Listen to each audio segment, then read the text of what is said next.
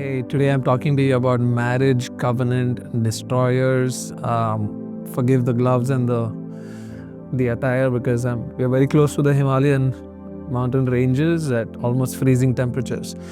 But let's talk about marriage covenant destroyers. It's one of those topics that we don't want to talk about much. The church doesn't want to say too many things about marriage. There's very few marriage ministries, and yet it is one of God's greatest things on His heart. This week, as we fast and pray as part of our 40 days of saying and seeing, we are going to exclusively pray for marriages, for families, kids, and for God to do a great work within the home. Marriage is a covenant, and a covenant is a legal term where there are three parties involved: husband, wife, and God. It's a three-party legal agreement. A lot of people get into marriage these days, younger generation. We look at marriage from a feel point of view. And so what happens is 1 year, 2 years, a few months even down the line, marriage begins to get difficult because it is meant to be difficult. It is meant to not be done without God. But what do you do when everything is thrown at you and marriage gets really, really difficult? Well, at that time, you and I need to remember just one thing: covenant. A covenant is a vow. It is a promise made, a covenant made primarily with God. So if you and I are serious with our relationship with God, we're going to be really, really serious with our covenant with God and with our spouse. There are a few things though that you and I need to keep in mind when it comes to the covenant, and there are forces that can work to knowingly or unknowingly destroy this covenantal vow. And one of the key things that is a marriage covenant destroyer is family. Genesis 2:24 says, "Therefore a man shall leave his father and his mother, be joined to his wife, and the two shall become one flesh."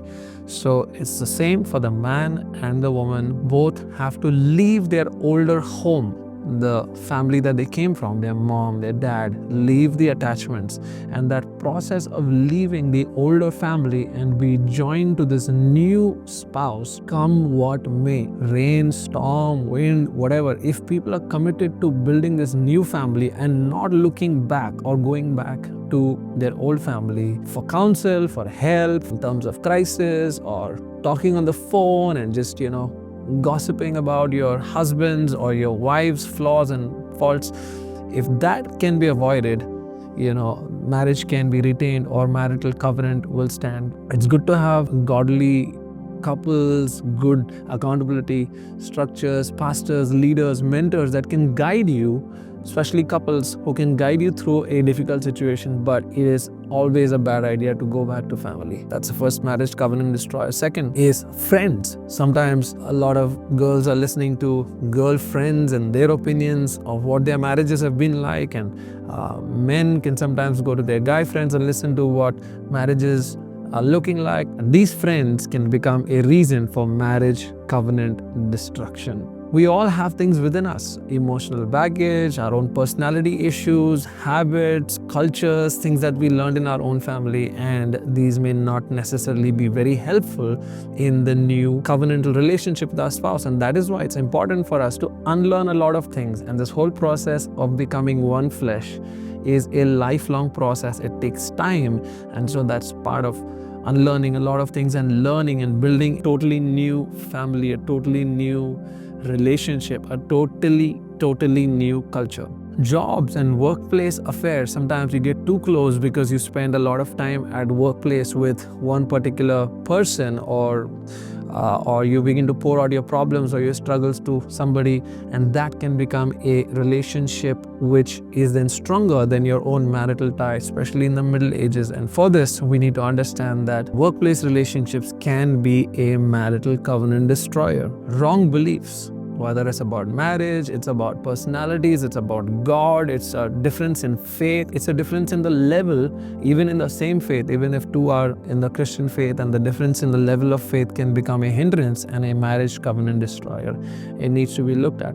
The difference in the level of faith can become a reason for being a marriage covenant destroyer. And my friends, the legal system. The legal system has been designed to be like sinking sand. And if many couples would have only reached out to the right voices instead of going the route of the court or the lawyers or the police or XYZ, life and a lot of marriages could have been saved.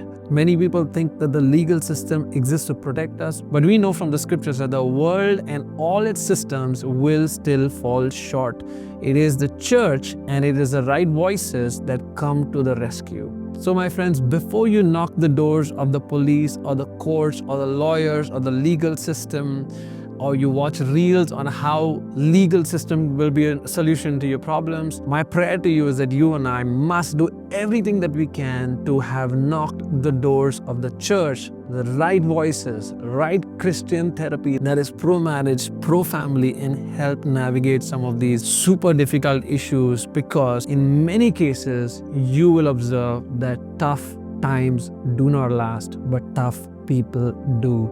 Tough marriages will go through and go past those tough times, and that's what the church is for. And lastly, social media. The amount of time we are spending on social media these days in just listening and consuming reels, podcasts, TV, whatever, it just steals the relationship, and people tend to bond with their phones more, or with their particular hobby, or with their job.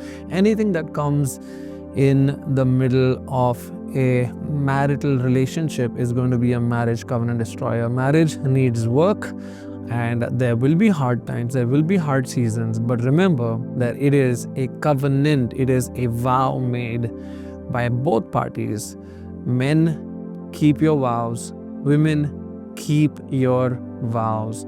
Today, if you and I have strayed away from the vow that we have made to God and to our spouse, may God give us the grace to kind of reconsider that and come back to the vow. It is a promise, it is a covenant, it is a vow.